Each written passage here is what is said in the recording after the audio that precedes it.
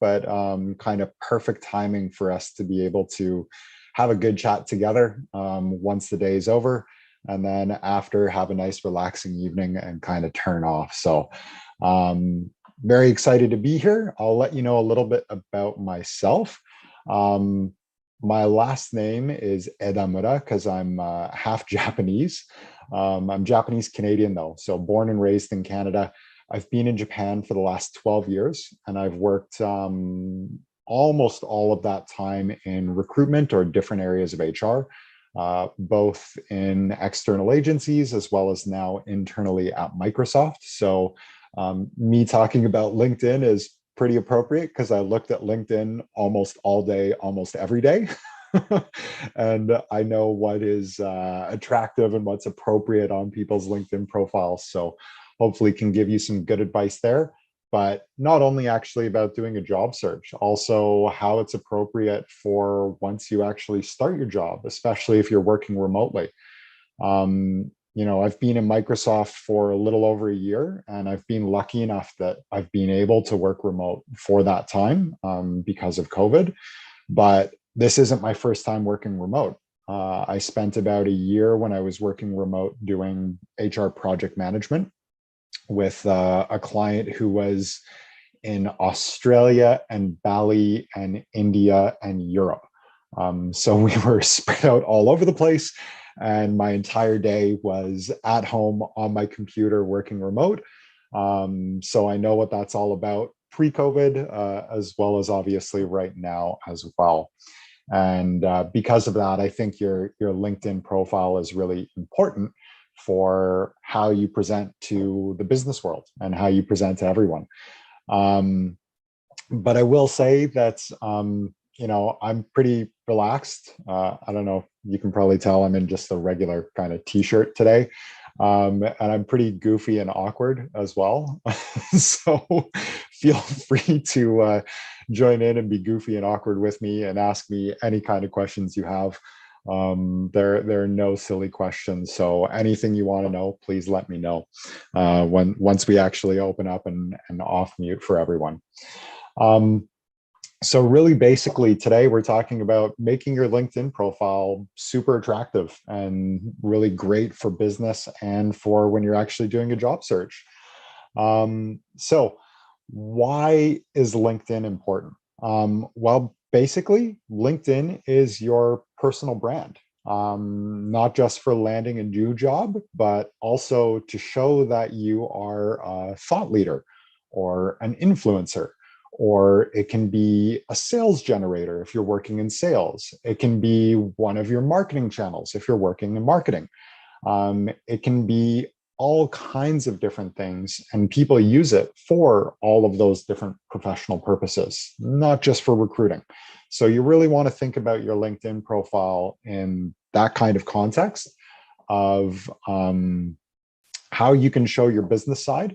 And you don't have to eliminate the fun from it, but you probably want to keep things like politics, your family situation, all kinds of things like that off of your LinkedIn profile, because it is about your professional experience, right? But you can still make it fun. You can still ask lots of questions. You can still go ahead and show who you are and what you think through your LinkedIn profile.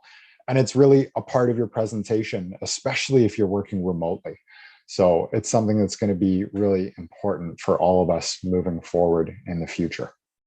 So you can see today we're going to be talking about all these different things, both the reach and impact of LinkedIn, how you can actually go ahead and optimize your profile, how you can build your network and your connections, how you can build your groups out, the different groups that you join on LinkedIn, engage with your followers, which is going to be a really important thing for everyone who's using LinkedIn, honestly, as well as your employer or employee value proposition. So share your story, right? Don't just have it like LinkedIn is not your resume.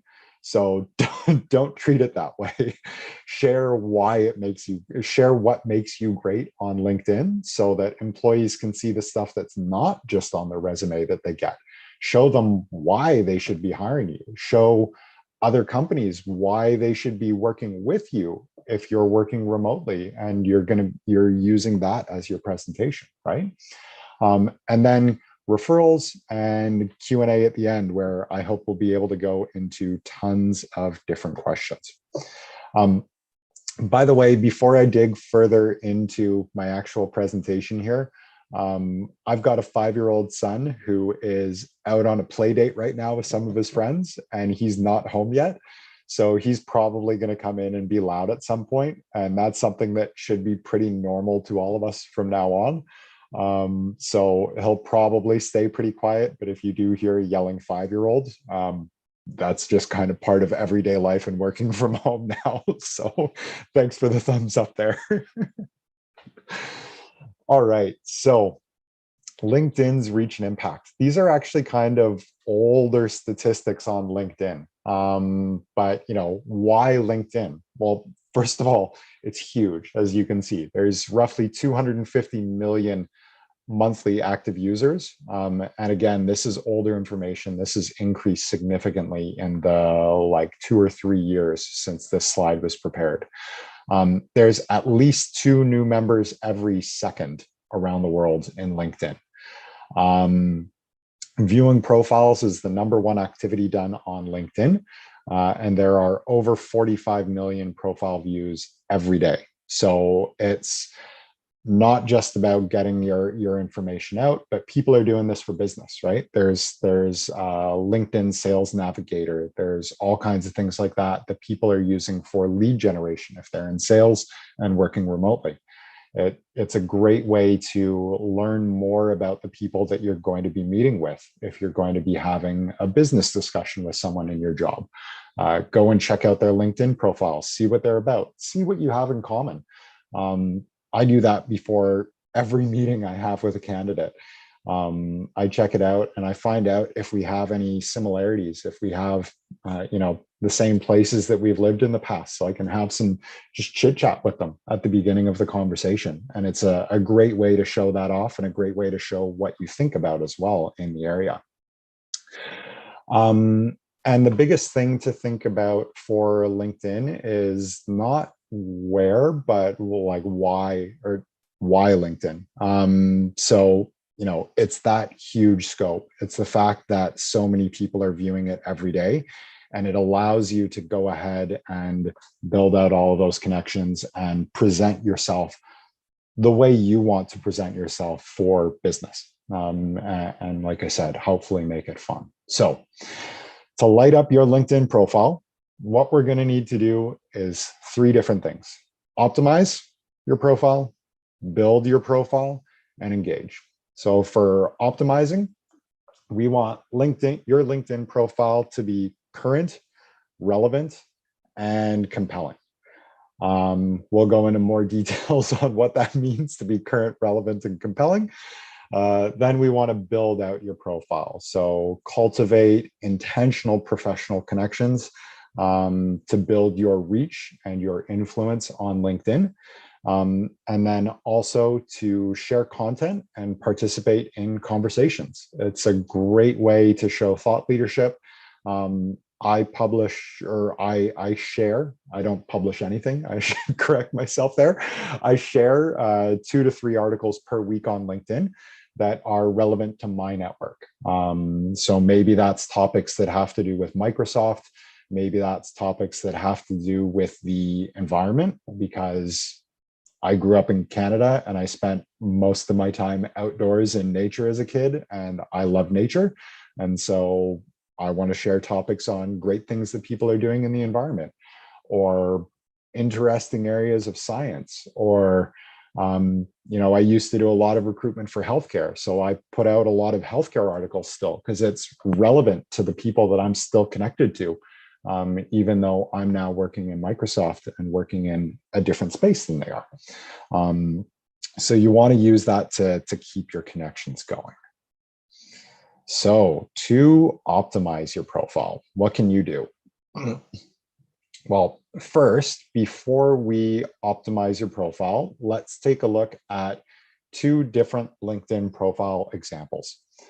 So there is this first profile here for an HR person at Google in the UK, right? It's got all of the key information for Graham.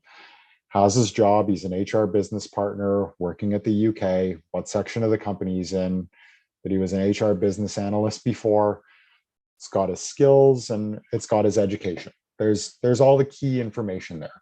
But it's very, very similar to a resume, right? It's just the basic information. There's no pictures, there's nothing else. Here's an example of another LinkedIn profile. As you can see, it looks pretty different. And I apologize because there's a lot of information on this profile. The next, I think, 4 slides are going to be pictures of this profile. So take a look. And then maybe actually after I do, we can have a couple of people come off mute and let me know what you think about the differences when you see the different profiles. One more page still. I was wrong. It was 5. All right. So does anyone want to come off mute and let me know what their thoughts were on seeing those different profiles and the impact that it made on them and their thought processes? Anyone going to be brave? First one off mute?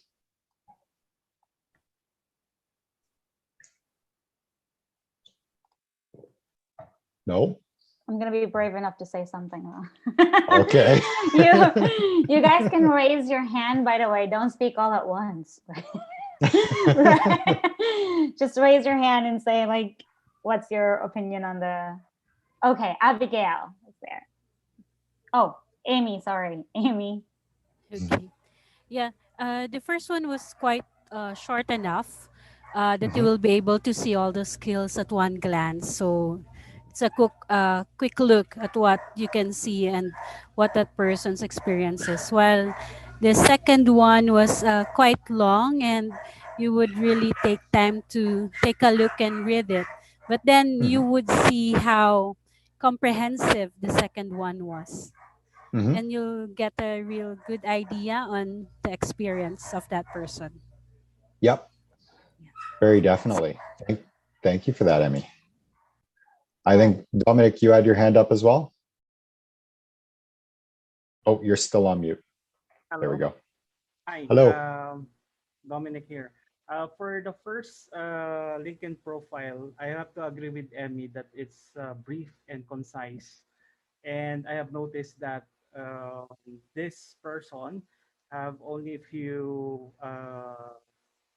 testimonials or recommendations from other people regarding the skills that he or she have compared with other one. The other one is more comprehensive. You can see that that person, a lot of people can attest her skills, and it showed also in her profile her influencers as well as the groups wherein she's connected with. So you can also see her volunteer experiences, etc. So it's comprehensive. So everything that you need to know about her almost is already there professionally. So if I'm the recruiter, I would appreciate this type of profile. Yeah, very, very definitely. Thank you, Dominic. And that's completely true. Me as a recruiter, with my recruiting hat on, I look at this and I go, okay, I know tons of things about Georgina. And so I can deep dive into a couple of specific things because I've got a lot of the info here, right? I also used to work in a recruitment agency, right? Which is basically sales. And so before I'd go and meet with a client, I'd look at their LinkedIn profile and I'd look at things that I could find to talk with them about. Now with Georgina, I could go into that meeting and I could chit chat about a whole bunch of different things that she's written and a whole bunch of the different things that she's done. So if you're in a sales or a marketing job, you can be looking at this profile and you can go in and have an icebreaker for your conversation, which will make the meeting a lot easier. especially if you're working remotely, right? When you're talking via camera, being able to do this is great. So if you can have this with your own profile, it gives openings for someone to approach you when you're having a meeting with anyone. And that's going to be, like I said, one of those really key things moving forward, because you can't show up in a nice set of clothes or show up in a nice set of shoes when you're in an online meeting. You can wear a nice shirt or something like that, but one of the ways that you're giving your first impression is through your LinkedIn profile and what it attracts people to do. And that's where I think there's a lot of the biggest impact from the non-recruitment side. So it's really useful on both sides in my mind. All right. So now that we've taken a look at the profile, so basically for your LinkedIn profile, there are 6 main areas that we're going to be talking about. We need to look at the pictures. You want a good, credible photo. You want a picture that is professional, but shows who you are and is friendly and welcoming. You want a good headline to attract people's attention, right? It's your opening line in a meeting. That's exactly the same thing as that.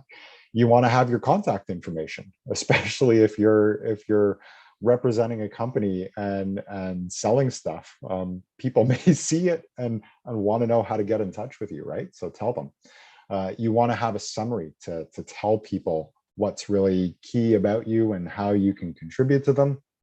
You want to have some information on your experiences, both for that post sales as well as for a recruitment perspective. And then recommendations and skills. And I said 6 things, but it's listed as 7. It's just because recommendations and skills are kind of one big chunk of your profile that all matches together. And those are going to be the key elements for your profile moving forward. So your profile picture. Let's talk about photos. I've seen some really, really goofy photos, like actually just straight up goofy. I saw there was one candidate that works in quality assurance in the medical device industry in Japan, whose profile picture is literally a picture of them with, Goofy, the cartoon character. He's got a giant Goofy head on. And that's his LinkedIn profile picture. And it's been that way for like 10 years. And he's like a director of quality assurance at a pretty big company. So there are some things like that. It may work for him, but it probably shouldn't work for all of us. And it's not necessarily friendly, right? So you want to have a picture that is relatively close up, something that's a headshot, similar to how you're going to be appearing in an actual conversation like this, when you're talking through your computer and someone can see you through your camera. Preferably be smiling. There aren't many people who look very friendly when they just have this look on their face. So try and make it approachable. Try and make it something that's attractive and that will make people think, great, I can reach out to that person and have a conversation with them. They'll be friendly, right? Also for your picture in the background, you can make it something relevant to you. If you guys go check out my LinkedIn profile later on, I've got a picture of a Microsoft Surface, right? It's just a Microsoft product because it's relevant. Right now, even for this conversation, I've got my background that is cherry blossoms, because it's cherry blossom season in Japan. So it's timely, it's relevant, and it has to do with where I am at the moment, right? And you can change these pictures up however often you want. It really doesn't matter. It's flexible. So you can do that. Do something that represents yourself, but that is in a professional way. Cherry blossoms are still professional, even though they're just, pretty. Your headline, it appears directly below your actual name. And it can be really simple. For mine, I could have just put recruiter, Instead, I didn't write that. I wrote talent sourcer, global talent acquisition at Microsoft, right? Now, the reason why I wanted to change it that way instead of recruiter is a couple of different things. I don't know if you guys know about search engine optimization, but say you go into Bing or you go into Google and you do a search, it looks for keywords, right? That's all a search engine does. By putting in your headline, that is one of the first places that search engines actually search within a LinkedIn profile. So that is a place to do search engine optimization, right? So mine says global, mine says talent sourcer, and Microsoft. Now, when people search for those things, the search engine is going to ping them to me before it pings them to someone that just says recruiter, because there are a million people with the title recruiter on LinkedIn. So you can do little things like that to make your profile show up much better as well through optimizing your headline. And then, of course, like I said, your contact info, right? You want to share your contact info so that you're approachable. And you can add that in quite easily to your profile, just with your email address. You can put a phone number down. You really don't have to, though. But you can take this space and link it to something like your Twitter or a personal blog that's relatively business relevant. Or if you have a work-related website, your company's URL, or if you've been studying for a particular thing that's related to your work and you've been, blogging about that, or you've created a website about it, share that through your LinkedIn profile. Let people see what you're doing before they even have the meeting with you, right? Your summary. So this is basically where your professional brand really comes to life, right? You want to have this be fairly brief, be to the point, and let people know a little bit more about you, right? This is your introduction if you're going into a meeting. This is your introduction if you're going into an interview with someone. It's talking about what you're passionate about, and be happy to write about what you're passionate about in your work here, and write about it in the first person, because it's more approachable, right? Use I. Use me. That's totally fine to do. This is not your resume. A lot of people say don't write in the first person on your resume. Your LinkedIn profile is not your resume, so don't treat it that way, right? Make it approachable, make it fun, show your personality, show what you care about, right? This is also another area where search engine optimization kicks in. So you can put in keywords. That may be your industry. That may be your location. It may be a company that you've worked for, or a company that you're really interested in as well, right? You can talk about a particular company's products, and then you'll come up when someone types into a search engine and they're looking for that, right? That may help you land a job within that company if that's what you're looking to do. So put in all of these different essentials and all of these different key things for you within this summary space. It's how you can show yourself off. Next thing, your experience. Now the experience part is a lot more like your resume, right? This is the one area where it is much more similar to actually going over your resume. You want to have all of the information there. Don't leave things out.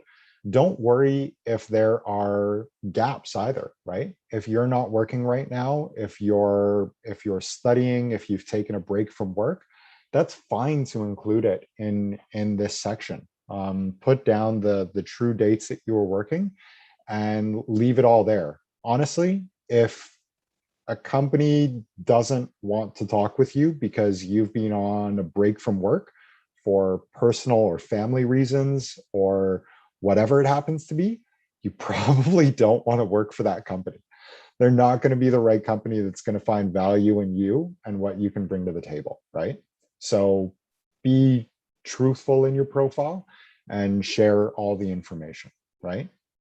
You do want to keep it fairly short though, right? So put I mean, this says 4 to 8 bullet points. If you look at my resume, or if you look at my LinkedIn profile, I don't have 4 to 8 bullet points on most of them.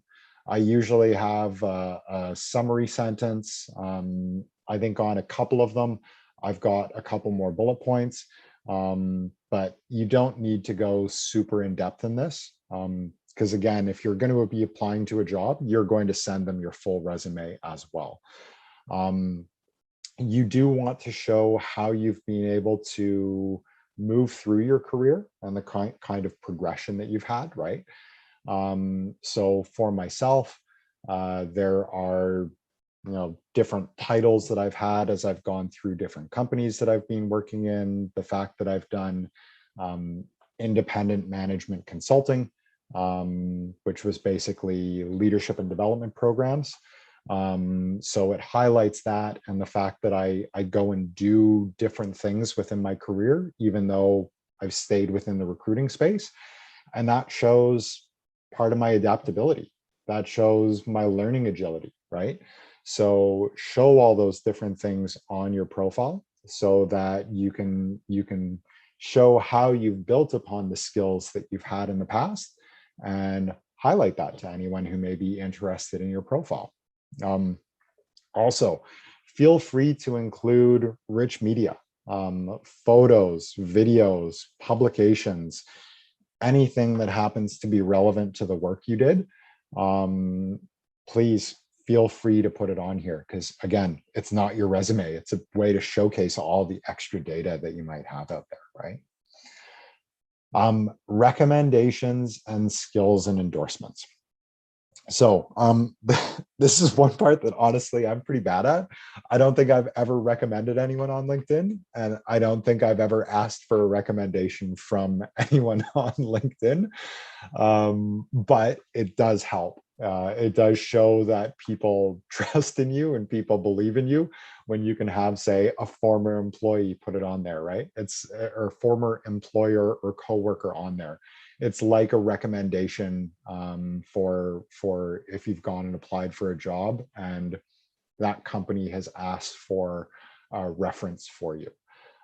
So please feel free to put this kind of information on. Also, remember for the skills, you can pick out and add in skills that you think are the most relevant to you, and then other people can also add any skills. So you can ask your friends, you can ask your former coworkers, you can ask other people that know you through work to go ahead and rate you for a skill on your LinkedIn profile. And again, that helps with the search engine optimization. So great for when you're searching for a job, great for when you're actually using it for business purposes once you've actually landed your job.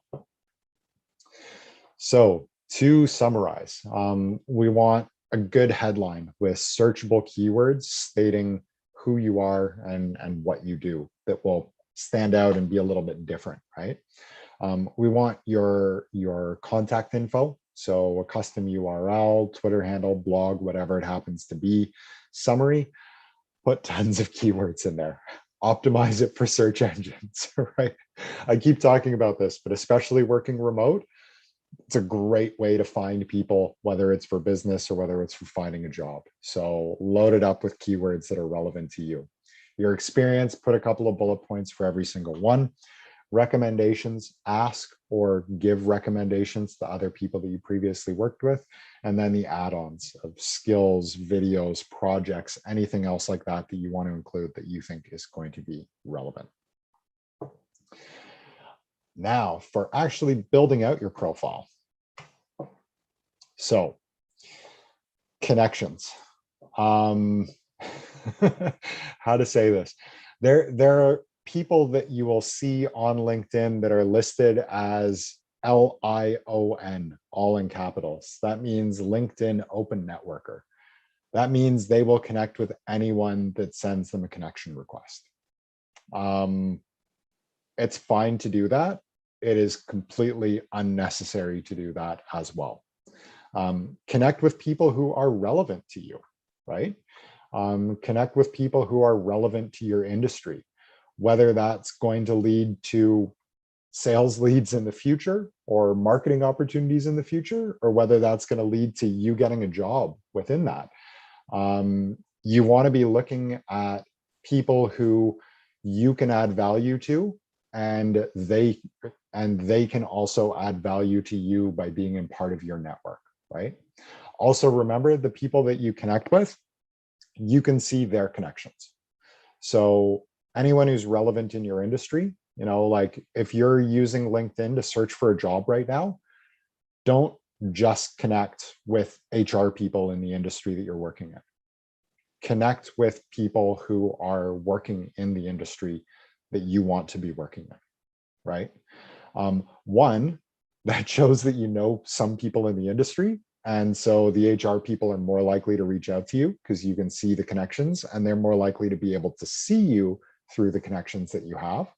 But also then moving forward, you can connect to them for business, and you can see all their connections for business. So you want to connect with people who are relevant and you can add value to one another. You want to join groups for the same reason, right? So it's a great way to start conversations. It's a great way to build relationships, and to show that you are a thought leader as you move forward. You can participate in group chats, and you can see every single person's profile who's part of that group once you have joined the group and been admitted to the group. You don't need to be connected to them. You can see their full profile information. So groups are a great way to move forward.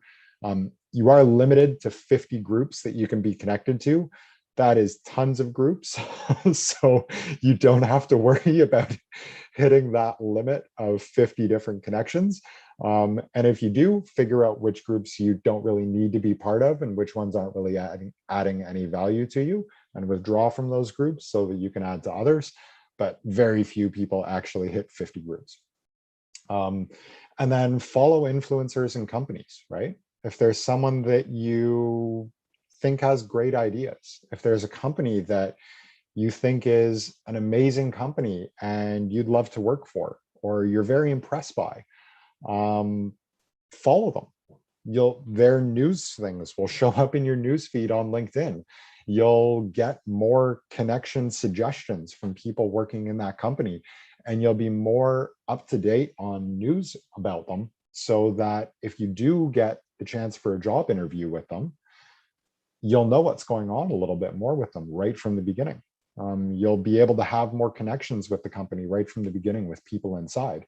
And if you're using it for business, again, exactly the same situation. So to add connections to your LinkedIn profile, you can do it really simply. I think a lot of you already use LinkedIn, so you probably already know this, but you can go in, just go to My Network. You can select people you know, and that will import from the email address that you have signed up to LinkedIn, your contacts in there, in order to make suggestions for people. Once you have kind of like a critical mass of people in your LinkedIn network, LinkedIn will start suggesting similar people to you and people who are similar to those that you're connected with, so that you can make those connections. And go ahead and do that. And when you send connection requests to people who maybe you don't know, write them a little note about why you're sending a connection request, right? Don't just hit connect and send it off. There's a second button right there that says add a personal note, right? And it can be, hey, I've been really impressed by what you've done with your career so far. I'd like to connect so that I can learn a little bit more about you. It might be, I'm very interested in the company that you work for, and I'd be happy to, get the news updates and see the things that you publish on LinkedIn. Whatever it happens to be, just add some kind of little personalized note. And if they have a really well-developed profile, then you can pick up on certain things that they've talked about in their profile to use in that connection request message, to show them that you've read about their background, you understand what they do, and there's a reason why you're trying to connect with them. Because people are way more likely to connect with you if you have a reason why you're trying to connect with them, right? and they can be extremely valuable for both your business as well as your recruitment side by expanding your network out. Joining groups. As I said, you're limited to 50. There are tons and tons and tons and tons and tons of groups on LinkedIn. Find the ones that are relevant to you. Find the ones in the job area that you want to be working in. Find ones that are relevant. You know, I know you guys are all in the Philippines, so it can be a Filipino group for a particular area that you are, or a particular industry that you're looking to work in. It can be for all the working moms out there, it can be a working moms LinkedIn group. It can be whatever group that happens to be relevant to you. Think creatively, type it in. There's probably a group for it somewhere on LinkedIn that you can find and send a connection request to. So have fun with looking for that and searching for it. And as I said, it's a great way to find out relevant industry information and make connections to people and show that you can be a great person to work in the industry, and you can be a great person to contribute, whether it's their company or someone else. And they may not end up helping you get a job, or they may not end up helping you get a business deal, but someone that they introduce you to may. So it's exactly the same thing as networking in real life, and a great way to move forward by doing it through groups. You kind of automatically have trust by being in the same group, right? So actively engaging within your groups, right? Looking at what we see at Microsoft, it takes one single post to influence someone looking at one of our job ads. That means if you see someone else who's made a post, you may go look at a job ad from their company because it may be something that's really relevant to you and you think that's really cool. I'd like to work for that company, right? One post is the amount of content that it takes to influence someone to view your profile. So showing that you're a thought leader by posting something, whether it's just reposting an article, someone may go and look at your profile, and that may land you a great job. That may land you a great business deal once you're in whatever job it is that you're looking to move forward and do working remotely, right? It's a great way to show your leadership through these posts. 3 posts is the amount of content it takes to influence someone to actually connect with you. Generally, people want to see someone who's actually posting information before they connect with them, because it shows that they have some expertise in the field that they're talking about, right? And 6 posts is the amount of content it takes to influence someone to follow your company page. So particularly important once you're working in the job where you're working remotely, getting people to follow your company page is a great place to drive your business forward, right? Great way to be forward thinking. So you think, I really want to post a status update, but I have no idea what to share. Right? What's relevant, what makes sense for you to actually put down. So, you know, it can be all kinds of things. You can share your own professional achievements. You can post things from thought leaders that you follow. It can even be photos from your current company or your current life, right? They can be great when you're working in your company to be a brand ambassador for what you're doing within your company, right? They can show people why it's attractive to be doing that and what you're doing that might be the most attractive for people. Post industry articles that are relevant to your network and really shareable. You can write a blog post. You can write a feature article on LinkedIn and share with your LinkedIn community, and then share any of those with any of the groups that you're in. One of the things to remember about LinkedIn is that it's a business networking site, and none of us become successful on our own. We all need professional help. I can tell you that I ended up in this job in Microsoft because of our current HR head, who was introduced to me by my old boss, who became my old boss because I tried to headhunt him, and he told me that he wasn't interested in changing jobs. But after talking with me more, he liked the way I thought, and he decided that he would give me a chance in his company. And so, you know, having that kind of professional network, that's how you move ahead in your professional career, and making those connections, having that network, right? So it's really a great way to expand out and be able to show yourself to the world through all of these different areas. Now, LinkedIn will let you share full videos. So within your posts, you can do a video talk that's relevant to your industry and put up like a quick 30-second or 1-minute video. I think it's pretty time limited, maybe to a minute. And you can post that with your thoughts on a particular work subject or something like that. You can even put a presentation, and then you can add value, right? It can even be a post or a status update, can even be something as simple as making a comment on an ongoing discussion from someone else's post, because people in your network will get a notification that you have made a comment on a post, right? And that way, again, it helps spread your network wider out. And that's really the beauty of LinkedIn overall. And as I said, share those things with your groups. You know, go in and make posts, join the discussions on the groups. They're for places who have similar situations, similar mindsets, work in the same industry, to have an open discussion. And so go in there and feel free to participate. There's a lot of chat that goes on in the different groups that you join. And you can go in there and talk and share. And it's a way to show that you're a thought leader. It's a way for people to let you know how you think, and maybe help you get that job, or maybe help you get that deal.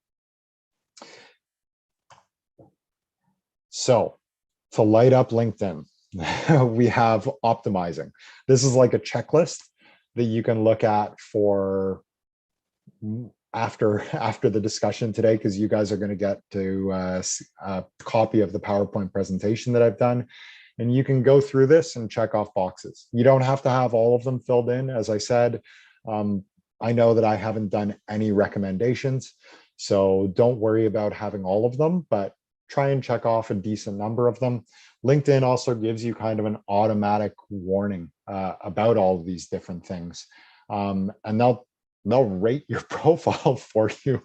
They'll say, you know, you're a LinkedIn all-star, like you're moving up in the world, whatever it happens to be, based on how you've optimized your profile, how you've made it better, and what kind of information you're sharing.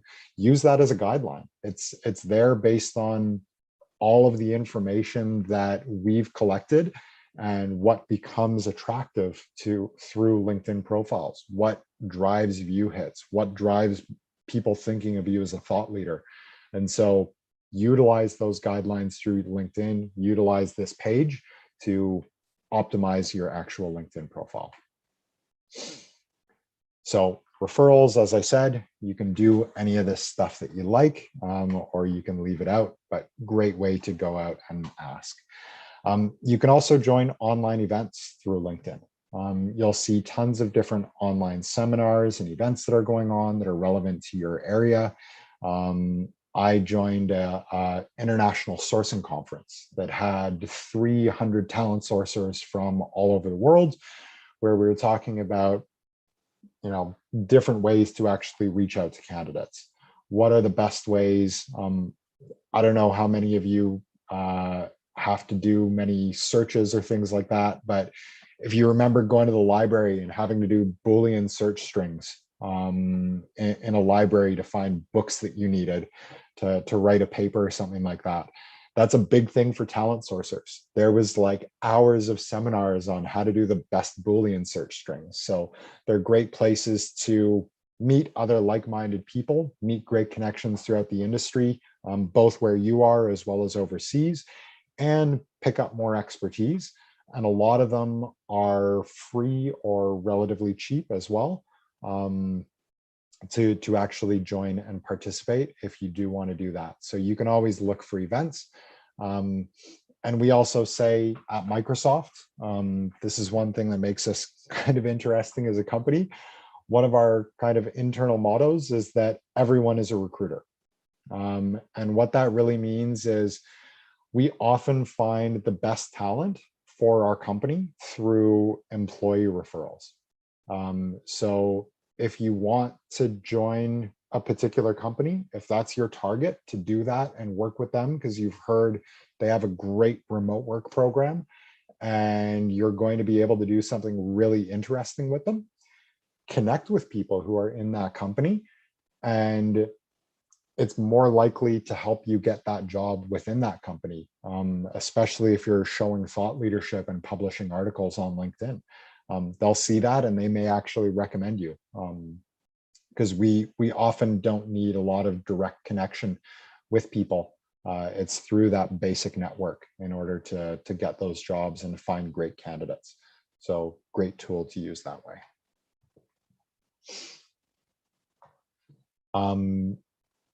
Again, events, you can research, you can look around for them, and then when you do, send connection requests to people, send little follow-up messages to them, say, hey, it was great to talk to you in that little event that we had. I'd like to connect with you on LinkedIn so that we can keep in touch for the future. But make sure that things that you do attend, if you're going to be attending online events, are targeted to you, make it relevant to what you want to be doing in the future, or what you are currently doing right now, to make sure that it's timely and relevant to you, right? It's how you're going to be able to add value to those around you and have them add value to you. And that is everything for my presentation. So I'm sorry that I took a long time just going over it with everyone, but I hope that all of you may have some questions that we can go over, and I'll be